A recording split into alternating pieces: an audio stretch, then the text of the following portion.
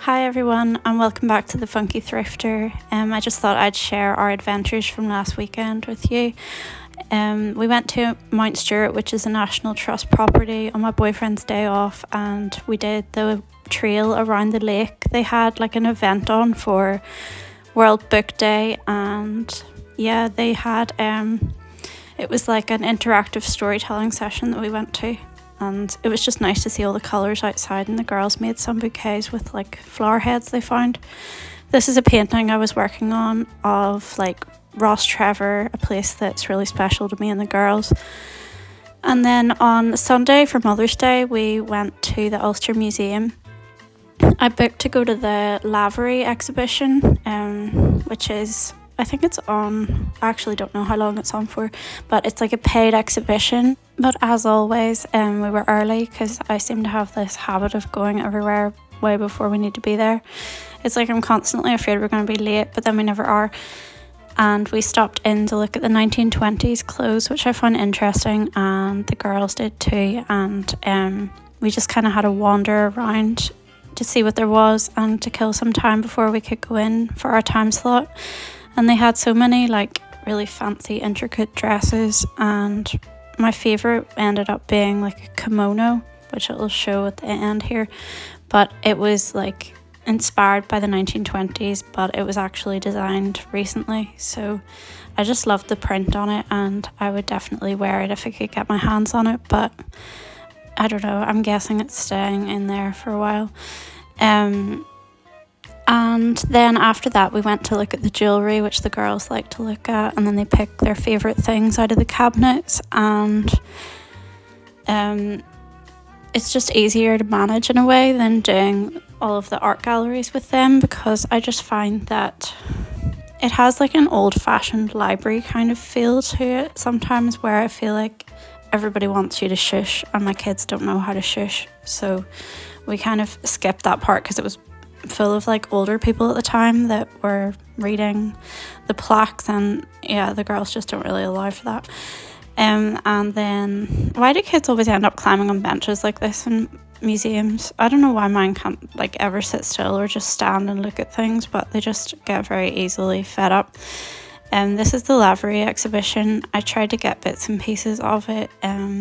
I really love his work. I didn't really know much about it before, but it's really interesting the way he's travelled to so many different places and painted like en route. Like I really like the fact that he kind of did this like travel art like on the go, and I just love staring at the paintings. I've never tried oil paints before, and I sort of wonder what it would be like to work with them.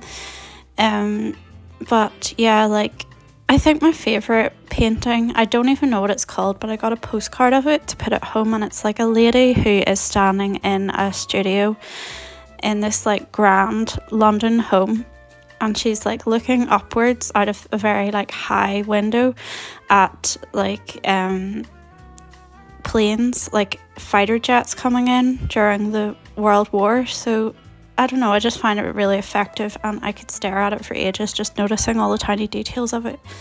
This is in the mirror part where the girls were playing with the frames and posing for pictures and dressing up, and yeah, my daughter loves any excuse to dress up and be dramatic, and they were also using it as an excuse to take my phone and take pictures of each other, because they both love to get any opportunity to hold it. And then the girls just drew some mini portraits in the art room, and then we decided to go for lunch. We were going to go to Subway, but we ended up going to a Cantonese restaurant that we'd never tried before, and the food was really good. The menu was in like Cantonese, but it had translations as well. And my daughter got pork ribs with like a honey chili sauce, and my other daughter got chicken noodle soup, which is her favourite thing in the world, and I got wonton soup, which was delicious, and we just got prawn crackers with it, just for like a light lunch, but I would definitely go back for dinner. And the lady that worked there, at the end of the meal, she kindly gave the girls like a little miniature toy each. They got to pick it out of what I'm assuming is a Chinese New Year calendar. So they were really happy with those, and yeah, it just made it like a really personal experience. Then we went to the tropical ravine and we went to see the fish. The girls always loved to call in and talk to the fish, but then they started freaking out because there was a dead fish floating in it and the other fish were eating it, so everybody started squealing, and then we had to move on. And then we just went into this area, which I love. If you kind of feel like you need to get like a glimpse of like a better climate, it's really good to go in there, even just for a few minutes, because I'm really tired of the wintry weather at the minute. And I just love looking at the exotic plants and flowers. And yeah, then we called in to see the fish downstairs too, and it's always kind of hard to get a proper video of it, but yeah, they're really like curious and friendly looking. And we saw a squirrel when we were walking in Botanic Gardens too. And then at home, my daughter just helped me to decorate a vanilla cake that I made.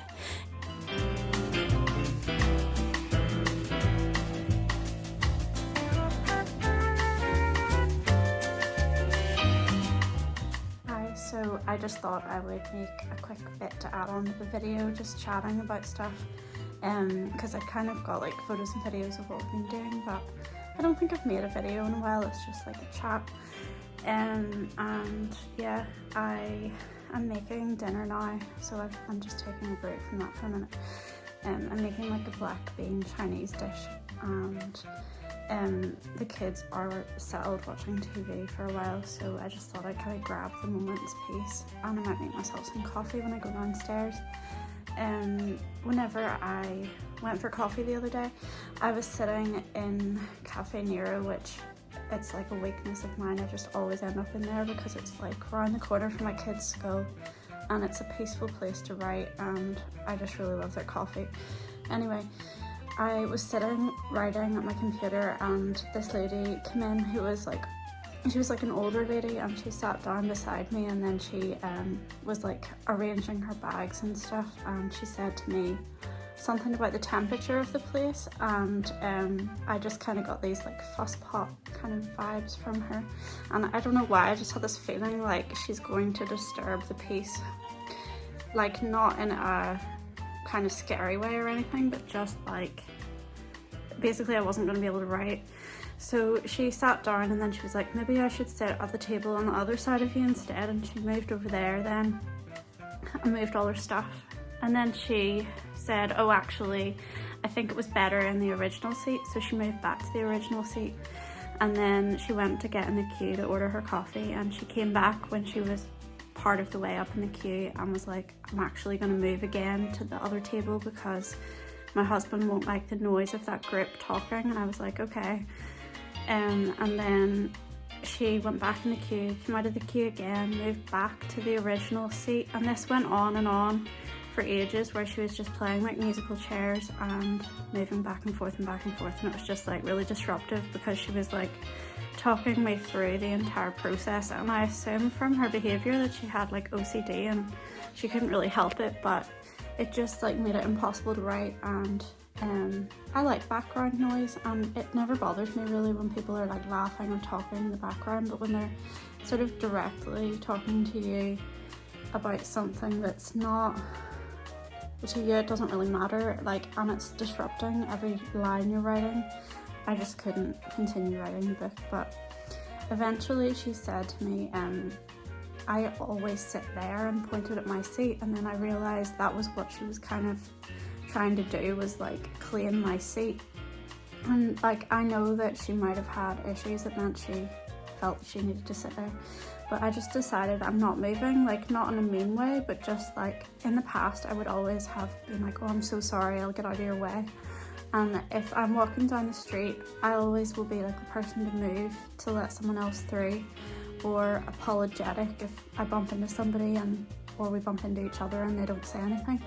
And I just kind of thought, no, like, I'm not going to move and make myself small just to make her more comfortable. And I thought, like, I got here first and I deserve to take up the same amount of space as anyone else.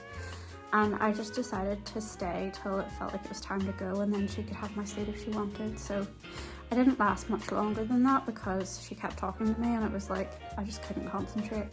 and it kind of broke the writing flow as well. Yeah, then whenever I left, she practically jumped up and was so excited that I was going, and then she got her table in the end, so I'm sure she was happy. But yeah, it was just really strange. I've never seen somebody like who has OCD that's like that bad in like a public place where they're kind of like claiming a table as their own, and it's like she just couldn't settle.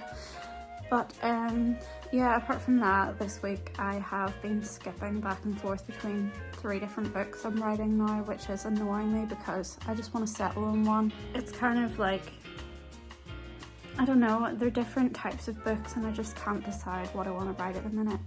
And I think I also get discouraged and feel like putting out books is a bit pointless because it's so much work, and then so much like editing and designing it and publishing it, and then like whenever no one really reads it, or it feels like that, it makes me feel like it was kind of a waste of time. But I don't know, I just feel like I'm trying to figure out where I want to go from here, because I've written like 28 books now, and after a while it feels like you're just kind of churning them out, and I don't know that there's any point. But I also know like I have this kind of creative energy I need to use, so if I don't do that, I'll have to kind of redirect it into something else. Yeah, and then I've just been trying to make time to do fun things that like just for the pure joy of them and not for a result or to sell it or whatever. So yeah, for Mother's Day my kids got me this like jewellery box, and you can paint it, so I just painted like clouds and then the flowers on it, and I put appreciate on it, and I just wanted to put appreciate on it to remind myself to appreciate the things I already have and the things that my kids and my boyfriend got me for Mother's Day. And I just think it's like a good reminder, because whenever I sort of sit and take the time to list for myself, either I do it in the notes app on my phone sometimes, or just in my head, I'll list like all the things I'm grateful for, and it can be something tiny as well. But if you just like make a list of everything you can think of, it definitely like improves your mood, and I feel like a different person basically when I finish doing that, so it's to remind me to do that too. So yeah, I'm gonna go finish making dinner, and thanks for watching, and I'll see you soon. Bye.